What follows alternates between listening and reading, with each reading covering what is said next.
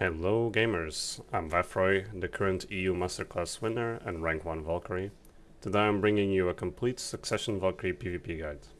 We'll cover everything from skills, mobility and animation cancels to builds, crystals, add-ons and useful tips. I'll also break down how to approach 1v1s, 1vx situations, 3v3s and large scale PvP, along with some combos for each. So let's get into it.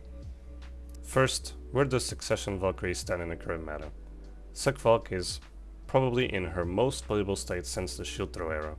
She performs extremely well in Arena of Solaire thanks to her tankiness, utility and combo damage pressure.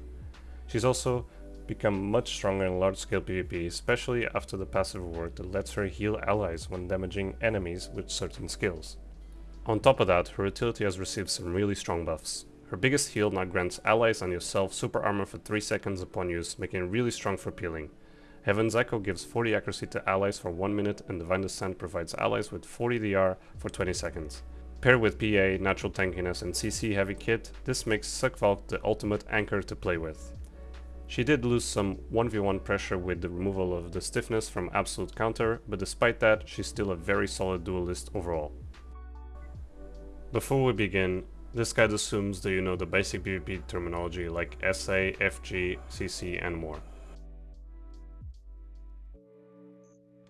Let's go over what skills to lock. I lock forward slash, charging slash. I have ultimate severing light locked normally because it messes up with some inputs, mainly with glaring, and you cannot cancel out of it.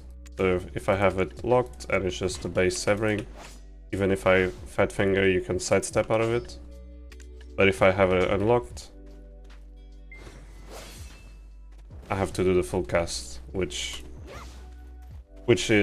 can lead you to getting CC'd and other stuff. Flurry of kicks, double flying kick, shield strike, shield counter, shield push, and skyward strike and evasion. You can run skyward strike and shield push or shield counter, I think. Some people have been finding some uses for it, but I personally don't run it. For Rabams, I run the Celestial Cry, which is a second big heal, Divine Descent, which is a big AoE DR buff for yourself and allies, and Finding Judgment of Light, which is extra mobility. For hotbarring, you need to put your E buff, so Glory Vensar,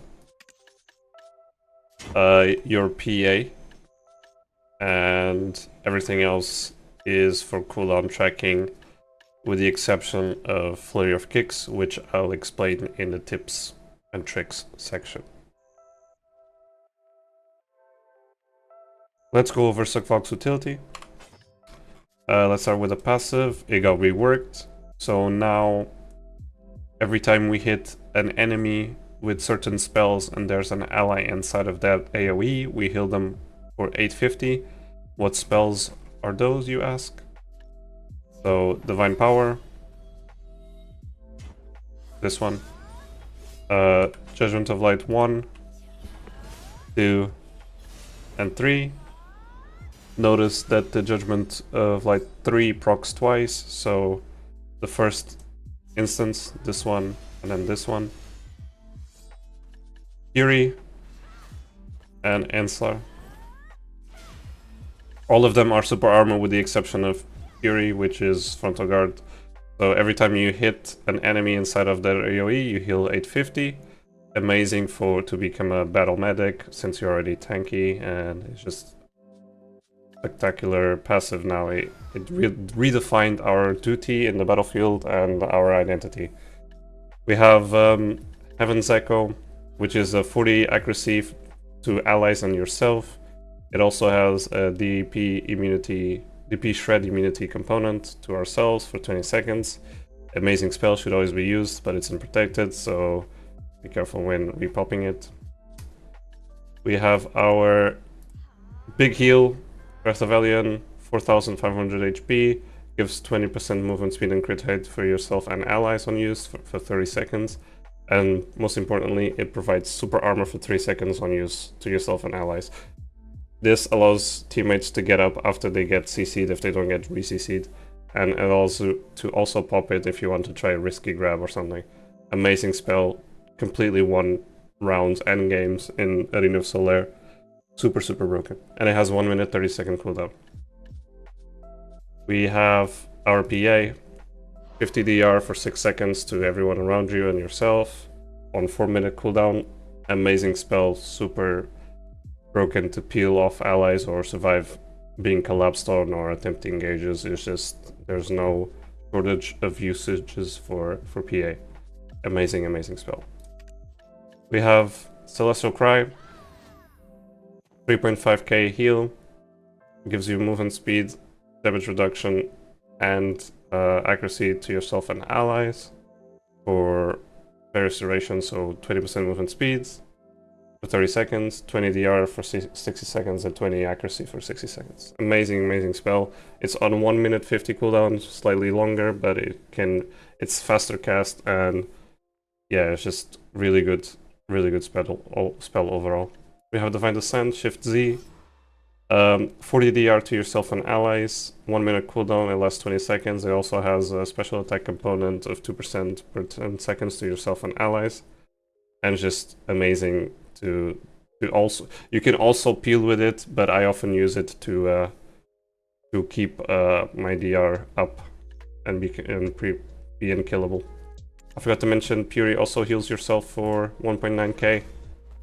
So every 6 seconds, if you hit an enemy inside, amazing self-sustained spell.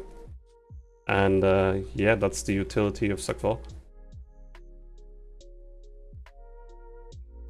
I'll go over the catches for Suckvalk. We have our grab, which is a float grab, short range, unprotected at the start.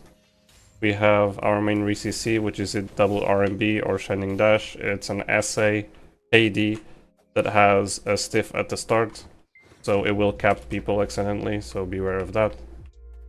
We have our SC or Enslar.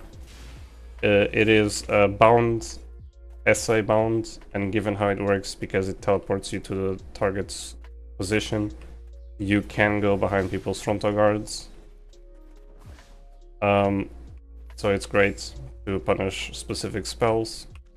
We have our SQ, which is Shield Throw. It is a stun frontal guard, and it's often paired with Spear, which is an unprotected bound.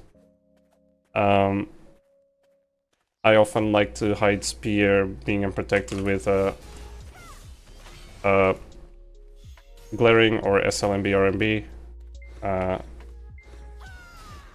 It makes the animation go faster. We also have a couple of unprotected KDs, like F. It has 2 components. The start is SA, and then the KD is unprotected. You can cancel it by doing a plethora of cancels, which I will explain later. We also have Sharp Light or Shift LMB, another unprotected KD. I often hide them with a couple of cancels, like Shift LMB S RMB, so Sharp Light into Sword of Judgment, or even Shift LMB into S LMB RMB. And then the SOJ is just for extra damage. We also have a stiff, frontal guard stiff, just counter. The first hit, the spell has 3 phases, but only the first hit actually CCs, but it's quite generous with the range. And it's frontal guard, so it's double LMB. And yeah, it's another stiff. We also have an unprotected float, which is SLMB, which is counter. It's also quite generous with the range, and you can do all sorts of cool cancels with it, like and you can also do like sidestep into counter, or you can do shield chase into counter, which is what I usually do.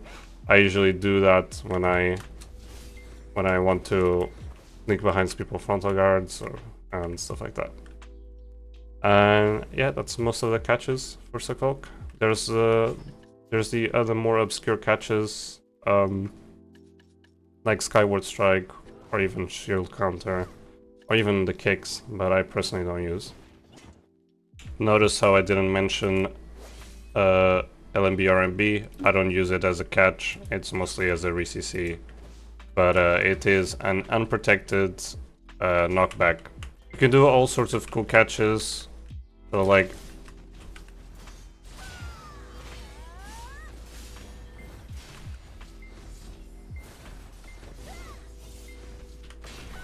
the sky is truly the limit with XvX. It allows you to...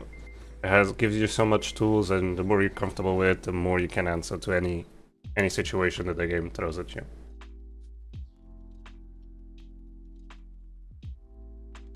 So let's go over the mobility for XvX. We have 4 shield chases. This is the bread and butter of XvX. They're SAFG, and they keep you in Q block. They each have their own individual cooldown, as they are their own individual spell. But once you master this cooldown management, XvX becomes much easier. It pairs well with other spells like WF, which is also another SAFG spell. However, Righteous Charge or WF does not keep you in Q block after it finishes, so you can get CC'd if you get animation sped up or something, so develop the sense of always pressing Q after certain spells. Righteous Charge is a nice dash with a KD at the end. It's fully SA, and again, it does not keep you in Q block, so if you get sped up, you will get CC'd. So again, press Q block or shield chase away. We have our Rabam, which pair with WF and WRMB. So you can do WF and then press space, and it will do a short movement dash, which is fully SA, but the cooldown is fairly long, so I usually use it to create distance. But yeah, we have the ALMB and DLMB, which is an unprotected mobility tool. I mostly use it to get out of Q block and to dash a tiny bit further.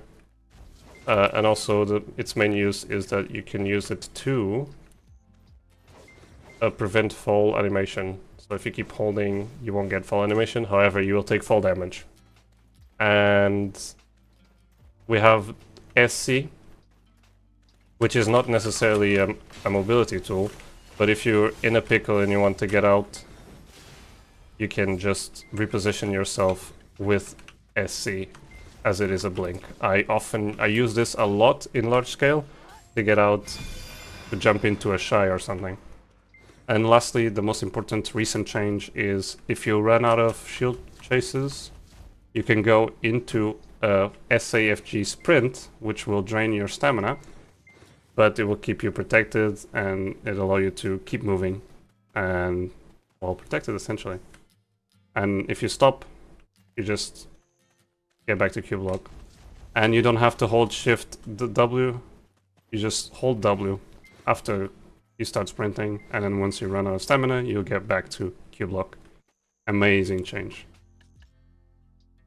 This is what it would look like with everything together. My only tip is that you pocket one shield chase, because if you want to sprint while protected, it won't trigger with Righteous Charge or Shining Dash. It will only trigger if you run out of shield chases. So if you run out of shield chase and then do Righteous Charge, and if they are on cooldown, you will start sprinting and protected. So yeah, this is what it would look like.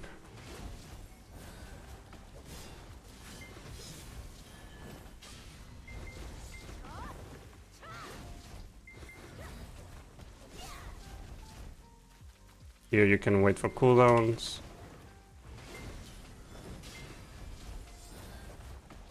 Here, again, you can wait for cooldowns.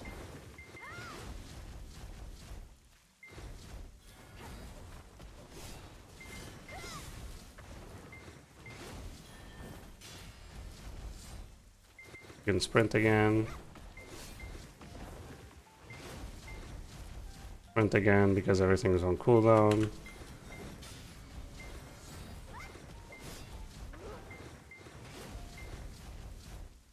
So you get the idea.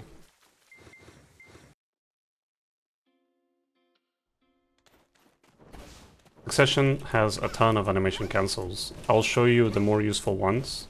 And if you want to have access to all the cancels, I'll post a link in the description to the Valkyrie 2026 guide. It has a ton of information for Awakening and Succession, and that's what I refer to if I don't know something sometimes. So take a look. It's upkept by a ton of good players from the community, and it's up to date. So have a look. The most important cancel for Valk right now is the DP refresh on Q-block. It's very important that you keep this up because it allows you to get an edge over your opponent, given that you have fairly high DR modifiers. So how does this work? Notice that whenever you get into Q-block, there's a slight delay to get the DR, and if you're sitting still, it takes about 2 seconds to refresh. You usually can get around that by sitting in Q-block and tapping D or A multiple times. Notice how the timer doesn't go down to 18 seconds like if I were standing still. And this is true for if you're trading. Unfortunately, you don't get the refresh if you're sitting in shield chase, or if you do shield chases. So as you can see, the timer keeps going down, but I did the animation cancel and it refreshed. So still going down.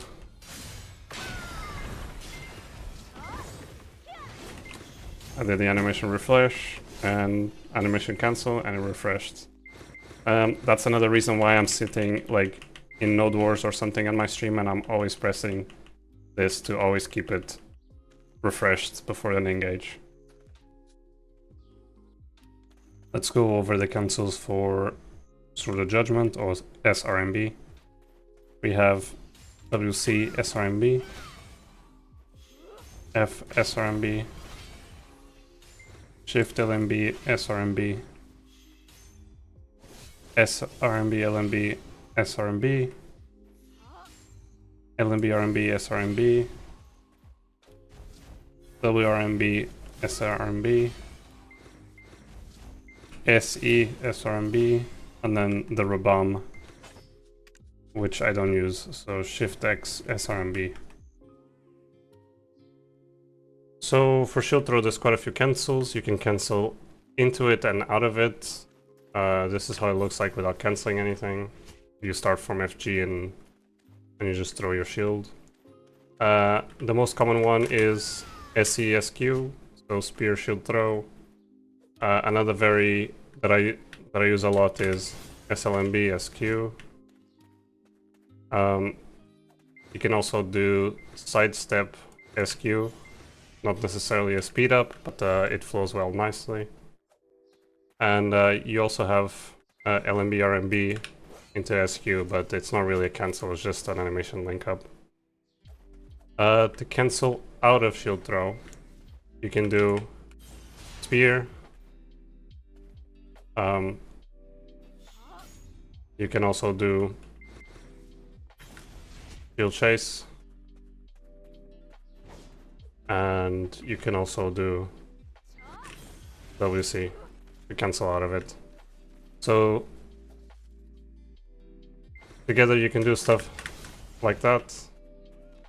So SQ, LMB, SQ, shield chase to cancel very fast, and you do throw the stun part of your shield throw.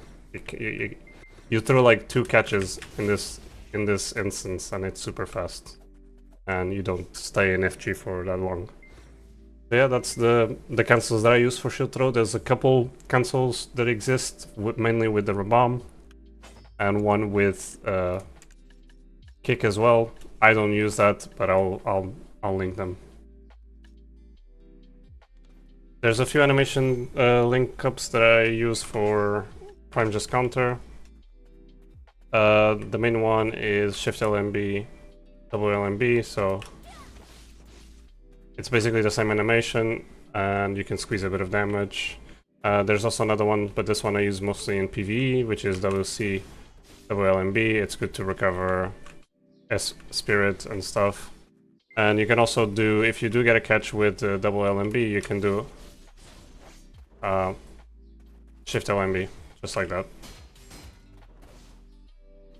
There is a humongous amount of cancels that you can do with our Magnus spell, Gladius.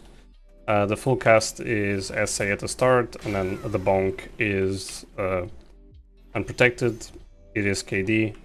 And my most used cancels are Shield Chase F,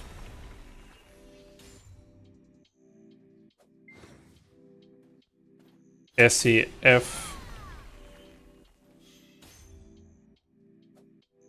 So yeah, you can go completely nuts with this skill. It is cancelable by virtually almost everything in our kit. Here's some examples. So finally we have our Judgment of Light cancels. Mainly the ones that I use are the Joel 3 cancels. I use this mostly to recover block and to stay protected, so basically to play neutral. You can go into Joel 3 by using some spells, but Joel 1, Joel 3, Joel 2 and Joel 3 will always be cast in that order because they have priority over each other. So to go into Joel 3 immediately, you can do SC, Shift C. This is also pretty good if you have your rage cancel blocked. I have Joel 1, Joel 2 blocked because, believe it or not, they deal different damages based on which spell you use to cast. So Joel 3 deals the most out of the 3 if you use the 100. I only personally use it if I'm holding down like a choke point in the Node War or something, or for the meme. So yeah, you can immediately go into Joel 3 from SC. So Joel 3 is also one of those spells that are slightly clunky. You can cancel out of the second animation with a plethora of spells, actually just a couple. So if you go into Joel 3, you can cancel out of it with a sidestep. So the first hit will land, the second hit will be cancelled. You can also cancel out of the second hit by doing a shield chase. And you can cancel out of Joel 3 with SC again. So Joel 1, Joel 2, Joel 3.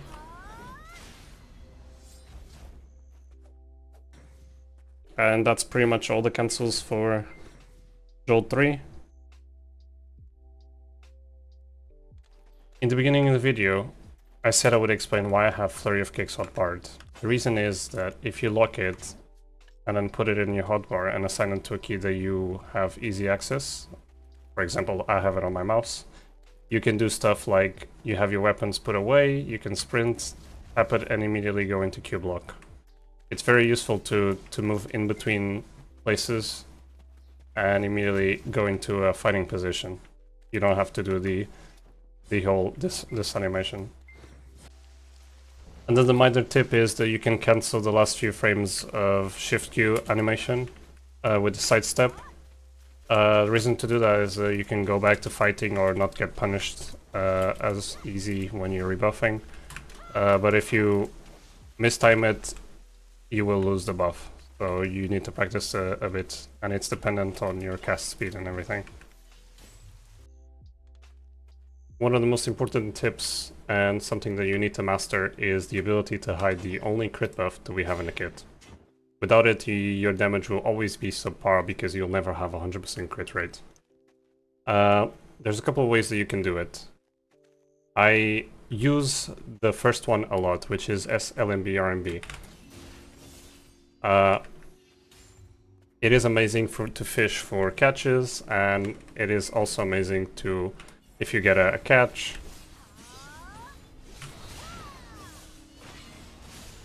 you can hide it mid-combo as well.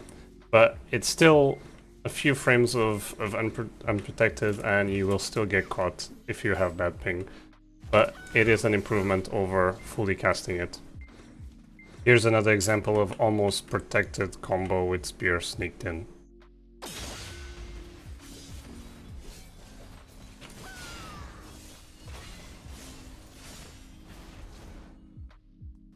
Another way to hide it is using SC or Enslar. And this one is also pretty good, mainly in Node War, but again, it still has some frames that you are unprotected, so you might get CC'd if there's a ton of CCs flying around. But it has the added benefit that it doesn't cap your opponent, because it's bound into bound within 1 second. So yeah, you can, once you master this, you can fish for ranged catches, you can find a catch and crit buff in the middle of it. But then again, the game is janky and you will get CC'd even if you cast glaring sometimes. Keep your DP buffs up. One of the most important things to learn on Succession Valkyrie is how to keep your DP buffs active. You should be cycling between Q block, Shift Z, and your E buff as much as possible. Make use of the key block animation cancel that I mentioned early, because when you combine it with your DR add-on, it makes you extremely tanky. You should also use Shift Q whenever it's available, and safe to do so. Once you get a good feel for how much damage the enemy can deal, you can time it to play more aggressive and use that extra tankiness to keep up the pressure. Learning how to manage these buffs is extremely valuable because it applies to almost every type of content you will play on Succession Valkyrie. Countering and dodging grabs. Classes with one or more grabs are by far your biggest threats. Try to keep track of when their grab is available and be ready to punish them. Most players will set up their grabs in a similar way each time, so pay attention to their habits and learn to recognize the setup. This becomes much easier when you know the matchup or the player, but your awareness will improve naturally the more you play. There are several ways to punish a grab, but my go-to is to use shield chase to create some distance and then follow up with a counter, which has a fairly large catch range. BDO also increased the duration of our sidestep iframe from 0.2 seconds to 0.4, making it a very useful tool for dodging grabs when timed correctly. Apply slows and look for range catches. Use Shift F whenever it's safe. It applies a 10% movement and casting speed slow, which increases to 15% when combined with the right add-on. Just be careful. Because this skill locks you in place, it's best used against grabless classes or when you know the enemy grab is down. In certain matchups, SC can also be a reactive catch. A lot of players don't expect it, it has surprisingly good range, and you can disguise the animation by using S, RMB, LMB beforehand. SC is another strong option, especially because it can catch targets through frontal guard. Whenever an enemy creates distance, there's a good chance they're either unprotected or sitting in forward guard, so be ready to punish them quickly. Save your damage skills. Succession Valkyrie isn't a class that wants to constantly trade damage. A lot of our burst relies on our unprotected crit rate buff, so it is important not to waste your main damage skills. Try to save your Shift C and its follow-up skills for when you actually land the catch, especially since they are fairly long cooldowns. Your main goal is to look for an opening, secure the catch, and then commit your damage, while the opponent is on the floor. Class knowledge. This is probably one of the hardest things to develop, and there isn't really a shortcut. Fight good players, study different classes, ask others for help, and most importantly, keep playing the game. Over time, things like spacing, movement, matchup awareness, and reading your opponent will start to develop naturally. In this section, I'll teach you my 1v1 go-to combo. I'll break the combo into openers, re-CC, and finishers so you can learn at your own pace. This is some of the catches that you might face. This teaches you how to debuff the enemy and deal as much damage as you can before you re-CC the enemy. As you can see, I utilize severing or LMB, RMB a lot to extend the combo. It's not a universally liked skill and some people just straight up don't use, but I utilize it a lot in 1v1s. Again, this is just some examples, not all of the examples, the video would take a bit too long if I added all the catches. In this section, I'll teach you the most common RCC for SuckValk. This is a RKD followed by instant crit buff to deal your most damage. It is important that you nail down the timing of the first RCC, so Shift LMB SE, because if you don't, you will bound the enemy instead of KDing, so it is important that you practice this one a lot.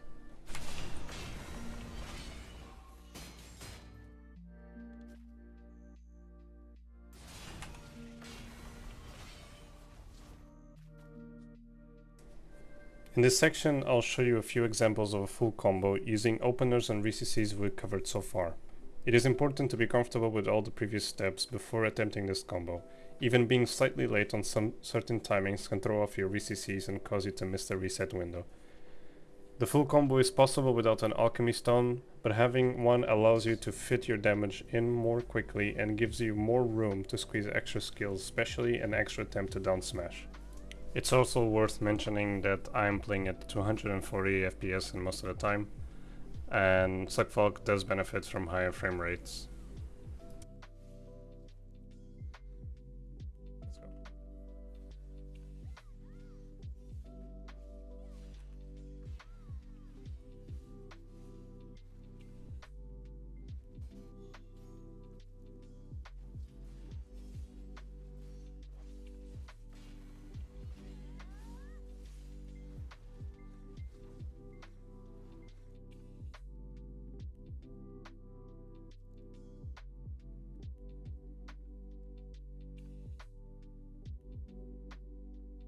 When resetting your opponent, there's a few things that you need to be aware of. First of all, you need to master the previous steps of the combo, otherwise before you even attempt to down smash it, your opponent will get up. Secondly, you should always be aware that your first Shift C needs to down smash. If it doesn't, your opponent will wake up. This is not true if you have a Splendid or above, as you can see in some of these examples, where I fish for the reset on second Shift C. After you do get the reset, there's a few options. I prefer to go with WRMB, but you can also go with WLMB. In this section, my friend and longtime large scale player 70 will tell you the decision making behind playing SuckValk in large scale. Hey there, my name's 70 and I've been playing SuckValk for years now, especially in Node Wars and Sieges on every role there is, and today I'm gonna take you through SuckValk's gameplay and decision making in large scale. First off, we need to separate two different situations, playing main raid and playing any flex or utility or special role, since they are played completely different. For flex and special roles, I won't be talking about them, since if you're doing any type of special role in Node Wars or Sieges, you'll probably find yourself on relatively small scale skirmishes with a smaller platoon of players, and in those cases, SuckValk plays exactly like it does on AoS or even a small GVG. So make sure to watch back Valkyrie's explanation if you're interested in that. Let's talk about main raid. This is the hardest role to do on SuckValk effectively. With recent changes to the class, it's become way easier, but it still leaves a lot of decisions to make before the Node War Siege, before each individual engage, and during fights. So let's go through them. First, before you start fighting, especially in Uncapped, you need to decide what build you're going to run. There's mainly three possibilities. First, know down the R crystals. This will make you squishier than normal, but still tankier than most classes if played correctly. If you run this build, you should focus on flanking. Every engage you're going to try to focus the DPS range players on the back of the enemy's raid. With enough gear, you should be able to kill them very easily. Second, one down the R crystal. This is the most standard and flexible build currently. It will help you tank enough to survive most situations, but still gives enough AP to do significant damage and to combo kill most DPS players. This is the build Valkyrie and I usually run for Node Wars. Third, 2 down the R crystals. This is a very tanky build that should put you well above the 900 DR mark every fight, making it very easy to survive anything. But the downside is you lose a lot of PvP AP, putting you on the low 800s or even below. This build will usually work best if you closely coordinate with players in your party, since it has enough AP to contribute damage to kills, dealing about half HP from a combo, or even threatening a kill with a reset combo. But it's mostly focused on engaging hard on the ping with your guild and looking for CCs that other players can follow up. Depending on the situation, in each node war or siege, you should swap around if you feel like you need to. Now I'm going to take you through my decision making when fighting another guild, so you can better understand the possibilities and limits this class has.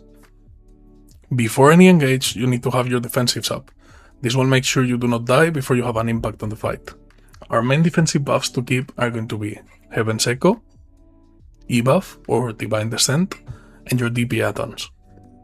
Heaven's Echo was changed very recently, and now makes us immune to most DP debuffs. This is extremely powerful, since not being debuffed keeps you at the DR levels that most players won't be able to damage.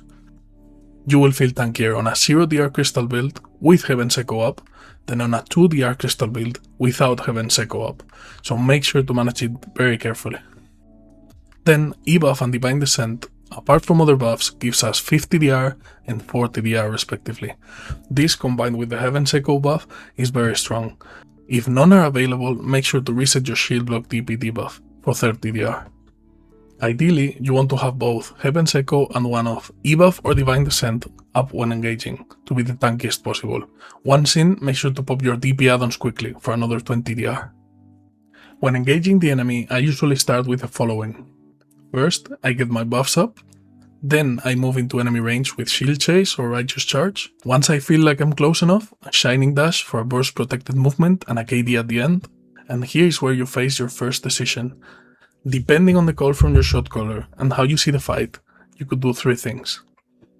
You could stay in position and do protected DPS, go deeper with something like Ensler, or move back to protect your DPS players from assassin classes. In this case, I chose to go deeper since my Shining Dash stayed shallow, to see what I can find and do some DPS.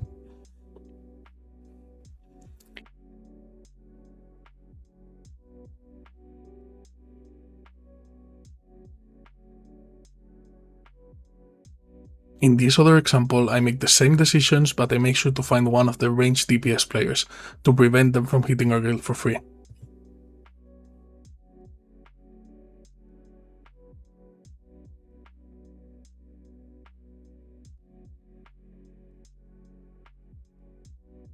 In a different situation, when all your utility and defensives are up, you can do riskier plays like this one. This decision to solo flank the enemy guild while main raid took a different angle, catching their rangers off guard. In general, on Sack Valk in Node Wars, you should expect moderate to low fragging, very low death count, and a lot of silent contribution, meaning your CCs, your pressure on backliners, heals, PA, 40 accuracy buff, and even protected down smash spam to keep tanky players CC'd. In my opinion, it can be a very valuable class when played correctly, but in low numbers. More than 2 or 3 succession Valks in a main raid would lose effectiveness. These are my add-ons, crystals, lightstones, and general engage combo for Node War. Back to you, Valkyrie. Thank you, 70. So my build for capped large scale is 4 frenzies for lightstone. You can run crocodile tooth as well. It's just down to personal preference. I run this for Node War, and if I have to go to siege, I swap this out. Like swap critical rate for HP. For crystals, I run this HP recovery. It's better if I show you like this, actually. And I do swap one of these HP recoveries for an extra HP if it's during a siege, and I do swap the frenzies to my techie artifacts because we don't need stamina, we only need HP. And yeah, this is my setup for large scale capped.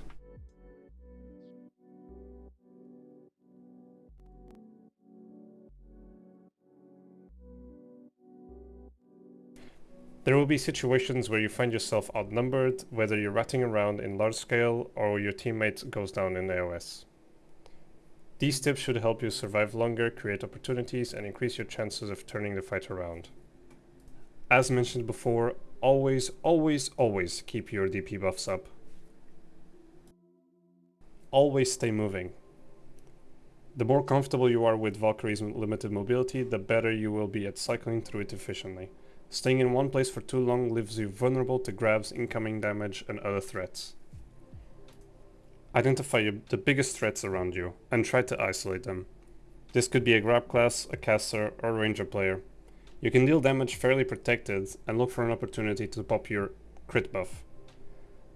However, always pay attention to anyone coming to help your target. Identify whether they have a grab, and be ready to dodge it. Master animation cancels. Practice your animation cancels. They are absolutely necessary to hide unprotected skills and can make your greedy play pay off.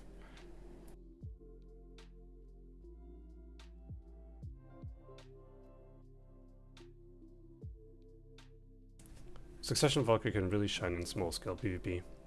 You're able to anchor your team and provide excellent peel through your SI heal, PA, and grab pressure. Before the match begins, start to identify your win condition. It could be an archer on your team that needs protection, or an awakening sage on the enemy team that needs pressure. In some matches, the enemy team may focus you instead. When that happens, prioritize playing safely, keep moving, and stay protected. Your main goal is to maximize your uptime. Cycle through your catches, NCCs, or re-CCs while dealing damage safely. Using your utility at the right time is extremely important. A well-timed heal or PA can give your teammates another chance to survive, preventing them from needing to use their V or save them from dying entirely. My general advice is to keep moving, pay attention to your Shining Dash cooldown, as it is one of your main tools to re-CC. Use Puri for self-healing, watch teammates closely, so you can get the most value out of your utility, and keep track of the enemy grab cooldowns, as grabs are your biggest threat. Most importantly, have fun. What better way to explain what is going through my mind than to do a 1-round review? We are at the 5 rounds versus a Tamer, a Striker, and an Awakening Ranger. 2-2, and this game is pretty close. Our comp is fairly good, but I'm forced to play extremely defensively because they have a ton of grab threats. As you can see, Tamer is always on my ass. I'm always trying to predict the grab. I'm trying to shake her off, peel for the Mayo as well. There I call the grab, so I have 15 seconds of relaxing because no one else is going for me really. Tamer is again re-engaging on me. She has my 5 more seconds before a grab comes up, and I'm just trying to fish for ranged CCs, protected CCs, because they have really good punishers for FGs. So I'm trying to play super tight. Here I rebuff, and I engage back in. Tamer again on my ass. I know she has no grab is down, so now she switched targets to the Meiwa. Again, trying to shake them off. Eventually my Meiwa, oh not my Meiwa, my Mystic gets caught. I punish them, I get grabbed, but I have my stuff up, so I managed to get up, and also my team is peeling. We actually pop all their Vs in this exchange, which was massive. Here I reposition myself, try to evaluate what to do next, and just trying to shake that Tamer off. Again, always stay moving, always be ready to punish the grab. Azurban eventually comes to me. We have a side fight, but I decide to regroup. I try to punish the pressure the Tamer. Try and fish for the range catches, not necessarily getting any because they're very good at staying protected. Here I dodge the grab. We have an exchange. My Mystic gets caught. I grab a Serban, I do a fully protected combo, and then I hide my spear with a RKD, and then we manage to get the kill on the Serban, and then my Meiwa, Manny, punishes the Tamer grab, and we win the round based off of that. It's a 2v1 versus a Striker. I'm very comfortable against that class, and he decides to go for me because I can run, I choose not to, because I have V, as I said in the comms. I have all my utility. Not all my utility, I have PA, I have V, I'll have SA heal in a second, dodge the grab him, do a very scuffed combo, with the double SLG, one of them was on cooldown, but don't worry about it. Then I catch him, and he eventually dies.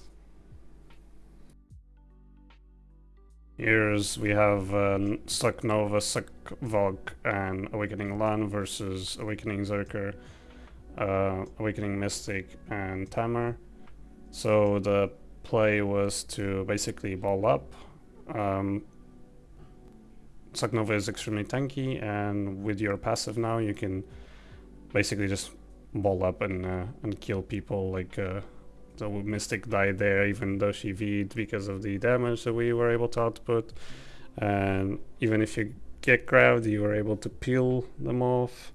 Here I healed Killer Bit, so it doesn't drop naturally low, dangerously low, and from there we just pick the rest of the enemy team.